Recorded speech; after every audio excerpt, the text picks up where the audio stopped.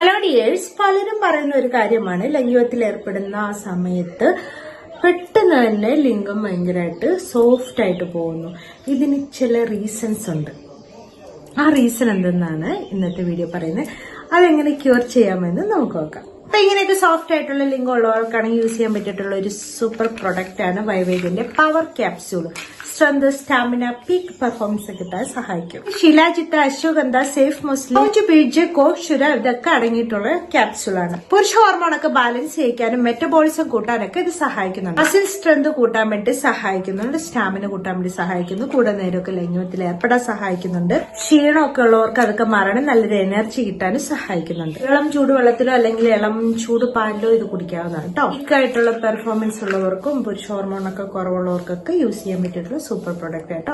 അപ്പൊ നിങ്ങൾക്ക് ഈ പ്രൊഡക്റ്റ് വേണമെന്നുണ്ടെങ്കിൽ ഈ നമ്പറിൽ കോൺടാക്ട് ചെയ്യുകയോ, അത് മാത്രമല്ല നിങ്ങൾക്ക് ലിങ്ക് ഡിസ്ക്രിപ്ഷൻ ബോക്സിൽ ഫസ്റ്റ് കമന്റ് ആയിട്ട് കൊടുത്തിട്ട് അതിലൂടെ കയറി പർച്ചേസ് ചെയ്യാം കേട്ടോ. ഒന്നാമത്തേത് പെർഫോമൻസ് ആങ്സൈറ്റി ആണ്. ഇങ്ങനെ ചെയ്താലായിരിക്കും അവർക്ക് ഇഷ്ടപ്പെടുക, ഇങ്ങനെയൊക്കെ ചെയ്താൽ ഇഷ്ടാവോ, എന്നെ പറ്റി എന്തായിരിക്കും ചിന്തിക്കുക, അല്ലെങ്കിൽ എന്നെ ഇഷ്ടാവോ, ഇങ്ങനെയൊക്കെയുള്ള ആങ്സൈറ്റി ഭയങ്കരമായിട്ടുള്ളവർക്ക് പെട്ടെന്ന് തന്നെ സംഭവിക്കും. അതുപോലെ തന്നെയാണ് ആൽക്കഹോൾ കഴിക്കുന്നത്. നിങ്ങളെ സെൻട്രൽ നെർവസ് സിസ്റ്റത്തിനെ ബാധിക്കുകയും കുറച്ച് ഡോപ്പാമിൻ ആദ്യമൊക്കെ ഉണ്ടാവും, ഭയങ്കര ഒരു ഫീൽ ഗുഡൊക്കെ തോന്നുകയും പക്ഷെ മറ്റ് പലതും സ്ലോ ഡൗൺ ആക്കുന്നു. അതുപോലെ ആൽക്കഹോൾ കഴിക്കുന്നത് ഡയൂറിറ്റിക് ആയിട്ട് അത് വർക്ക് ചെയ്യും. അതായത് നിങ്ങൾക്ക് ഫ്രീക്വന്റ് ആയിട്ട് ഇങ്ങനെ മൂത്രം ഒഴിച്ചുകൊണ്ടിരിക്കേണ്ട അവസ്ഥ വരും. അപ്പൊ എന്താവും, ഡീഹൈഡ്രേഷൻ ആവും, നല്ല രീതിയിൽ ബ്ലഡ് ഫ്ലോ ലിംഗത്തിൽ എത്താതെ വരികയും.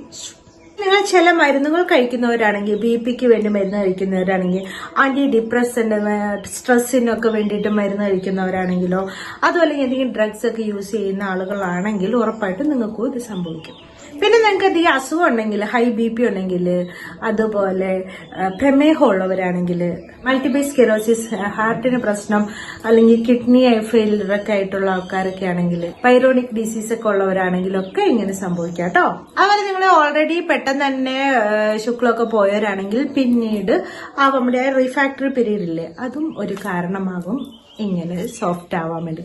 ഇനിയിപ്പോ ഇതൊന്ന് ഹാർഡായിട്ട് തന്നെ വെക്കണം എന്നാഗ്രഹമുള്ളവരാണെങ്കിൽ ചില കാര്യങ്ങൾ ചെയ്താൽ മതിയാവും. സൈക്കോ തെറാപ്പി, നിങ്ങൾക്ക് ആങ്സൈറ്റി, സ്ട്രെസ്, ഇതുപോലുള്ള പ്രശ്നം കൊണ്ടോ, ഓഫീസിലെ പ്രശ്നം, വീട്ടിലെ പ്രശ്നം, അങ്ങനെയുള്ള ഇഷ്യൂസ് കൊണ്ടുള്ളതാണ് നിങ്ങൾക്ക് സൈക്കോ തെറാപ്പികൾ ചൂസ് ചെയ്യാന്നുള്ളത്. അത് നിങ്ങൾക്ക് വളരെ നല്ല റിസൾട്ട് തരും. വളരെ ഇമ്പോർട്ടന്റ് ആയിട്ട് നിങ്ങൾ നോക്കാണ്ട് ലൈഫ് സ്റ്റൈലിൽ വരുന്ന ചേഞ്ചസുകൾ, അത് നിങ്ങൾക്ക് വളരെയധികം വ്യത്യാസം ഉണ്ടാക്കാൻ വേണ്ടി സഹായിക്കും. സ്മോക്കിംഗ് സ്റ്റോപ്പ് ചെയ്യുക, കുറച്ചാവാം. പിന്നെ മാത്രമല്ല നിങ്ങൾ ഹെൽത്തി ആയിട്ടുള്ള ലൈഫ് സ്റ്റൈൽ മെയിൻറ്റെയിൻ ചെയ്യുക, ബോഡിയെല്ലാം മെയിൻറ്റെയിൻ ചെയ്യാൻ വേണ്ടി നോക്കുക. ഒരു എക്സസൈസ് ഒക്കെ വേണം എല്ലാ ദിവസവും. ഇങ്ങനെയൊക്കെ നോക്കിയിട്ടുണ്ടെങ്കിൽ ഇതിനൊക്കെ രക്ഷപ്പെടാൻ വേണ്ടി പറ്റും. Okay, thanks for watching my video. See you next time with a new video. By.